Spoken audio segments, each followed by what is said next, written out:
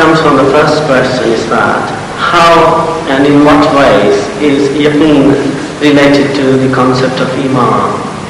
We believe God is there. And also we do a lot of things to confirm our belief, like wuzu, namaz, prayer. Some of it may be rituals, some of it may be real. Now, Islam has also drawn a parallel between Iman and Yaqeen and described various stages of Iman.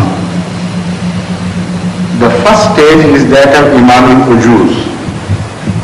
That is to say, a belief with which you are born, you are not capable enough to judge it from the wrong. You judge right from wrong in any way. The illicit messes are particularly in the mind of Muslim Islam when he described this.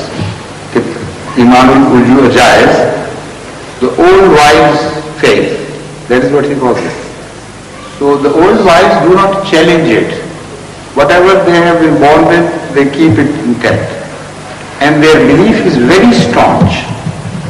So strong that they can offer anything for that belief, offer any sacrifice for that belief, yet they cannot convince anyone else because there is no knowledge accompanying it. Their conviction is a born conviction. In itself it is very strong, it is unshakable. No amount of argument on your part can shake them from that belief.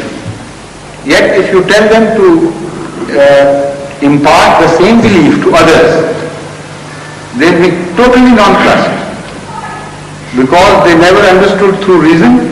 Their faith had no relationship to reasoning and faculty of thinking, and so they are incapable. So it is a very strong iman, but a very limited iman as well. As far as the element of yaqeen is concerned, for that lady it is enough to suffice her. But it is not enough for others. So an iman can be of a nature where it is very strong for the person who believes in it, but is useless as far as the spread of that iman is concerned. Yet another stage can come in the life of the same lady when she is so pious, so devoted to Allah. She offers her sacrifices for the sake of Allah. She is illiterate. Her iman is just like as I have described. Yet she begins to receive signs of Allah's presence through other ways. Not through knowledge. Through dreams which are fulfilled. Through prayers which are accepted. Through closeness of Allah, which she begins to feel. And these things are not only a subjective phenomena, but also ultimately turn into an objective phenomenon, which can be observed by people around. She tells them, this is my prayer and this is my answer, and here is what Allah tells me would happen in future. And that happens exactly in the same manner. And people know that she is a simple lady, she can't concoct things, is not capable of doing such a thing. And the things also happen and prove thereby that this was a message from my own. So this sort of iman has also its stages. It develops into a greater faith and a stronger faith by witnessing exactly on the same parallel lines as yaqeen was proceeding in the direction of a positive, more sure and observable phenomenon. So the presence of Allah can be revealed to every type of faith, however limited the faith may be in the beginning. Then Hazrat Masih Maud ﷺ tells us that there is another iman based on knowledge. For instance, you study nature and you come to the conclusion that there has to be some creator. Masih Maud ﷺ tells us that is very similar to seeing the sign of a fire. For instance, you see smoke from distance and you infer that there should be a fire. While it is not a smoke at all. It is some sort of smog or fog or some dust particles are hanging in the air, and light is falling from such an angle that a color of grey, a shade of grey is added, and you think it is smoke, while it is not smoke. So in the first stage of yaqeen, the elements of doubt do creep in. So Nrsimha tells us that this stage of faith is also liable to suffer from some sort of doubts. Because it is an inference, logical inference, and it is not a surety. Unless you begin to see God, you can't believe in Him as strongly as that old woman who doesn't have a logical argument to support her view, yet her belief is stronger. But this man, even if with a weaker belief, he has the capability of spread his belief around, because he has got that instrument of knowledge. He can use it himself and offer it to others for their respective uses. So it has one advantage. Now if this man again turns to Allah in all sincerity, he can be treated in the same manner as that old woman has been treated before him, with the result that he also can witness further stages of faith and iman. So similarly, there is a third type of iman which comes from direct guidance from Allah, and that is the strongest.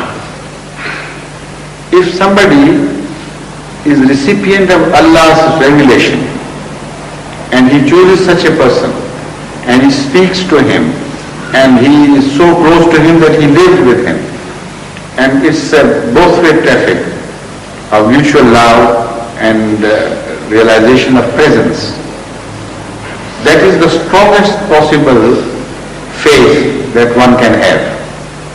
And this is the faith of prophets, which to a second and lesser degree is also shared occasionally by other saints, but to a lesser degree of course. But the prophets live in the presence of their Lord, and they know that He is, because their faith is not based on argument, despite the fact that they know the strongest arguments in favor of their claim as well, because they are shown knowledge as well from Allah. They are shown guidance from Allah. All the possible stages of faith and yaqeen join hands in the cases of prophets. So in every respect, this is the most complete faith and yaqeen on Allah which is held by the prophets. Now, as far as the La Raiba Fi is concerned, it has no bearing on this subject at all. May I ask another question? Please.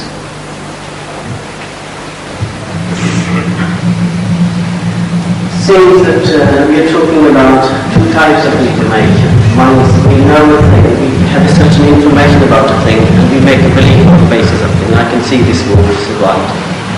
So that is physical or objective information.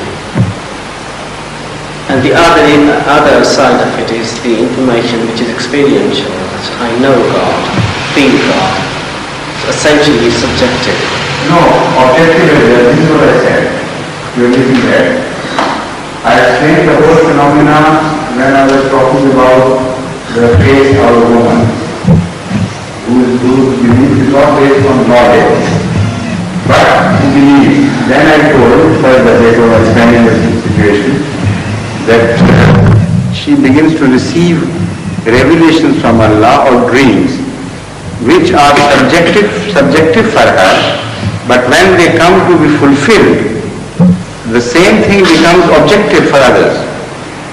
When she tells others that I have received this information from Allah, and that information is not possible for her to get by, yet when it is fulfilled, people know all around, and this is not a subjective phenomenon anymore. It becomes an objective phenomenon. This phenomena is much more objective in case of the prophets. What I'm saying is that probably you want to use the word term objective for both types of phenomena. No. What I'm saying is that one is certain knowing things, having certain information about the physicality of things, as we know by our senses and other things. Yes. And the second is the sort of things which we can feel, something to do with our emotional... I'm only using subjective for this and objective. Now you are mixing things together. This is why you can't understand me clearly. There are two types of objective studies involved in this discussion. One is the preliminary, which leads you to a belief in God. The objective study of nature, which indicates to some, if not to all, that there should be a creator. That is the objective, the first objective study, which is left far behind. Now I was talking of a different objective phenomena. I was telling of a phenomena of one person having reached a stage where he is in contact with Allah. Like somebody is very close to a great officer in the government. Now you may not have seen him moving about, going, visiting his places and coming out of the offices, yet you heard that he has close relationship. Now, that is subjective for him and it has not become objective for you. But when he tells you that I spoke to that man and this is your work, you want to be done, and this will be done on that day, you go and collect your papers. This phenomena of subjective experience for him becomes objective for you.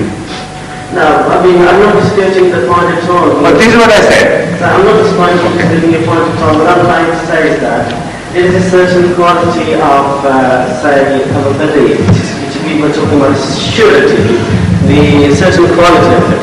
A woman says she's so sure of God, she only knows very little about God. Another man knows a lot about God, but still he's not sure, so he lacks that quality of thing. So That's correct. But that changes from person to person, and they cannot be categorized into 2, 3 or 4 large categories. Now the shades are so many that from person to person the quality of belief and the concept of belief changes. You can assert something with such cocksuredness as if you have gone through all the stages of experience. And another person can describe the same thing so mildly as if he was not sure himself. I would say, Yet he would be surer maybe than you are. I would say being sure of anything except God is stupid. Huh? Being too sure of anything except God Yes. is not very wise. Exactly. And now the other point is I was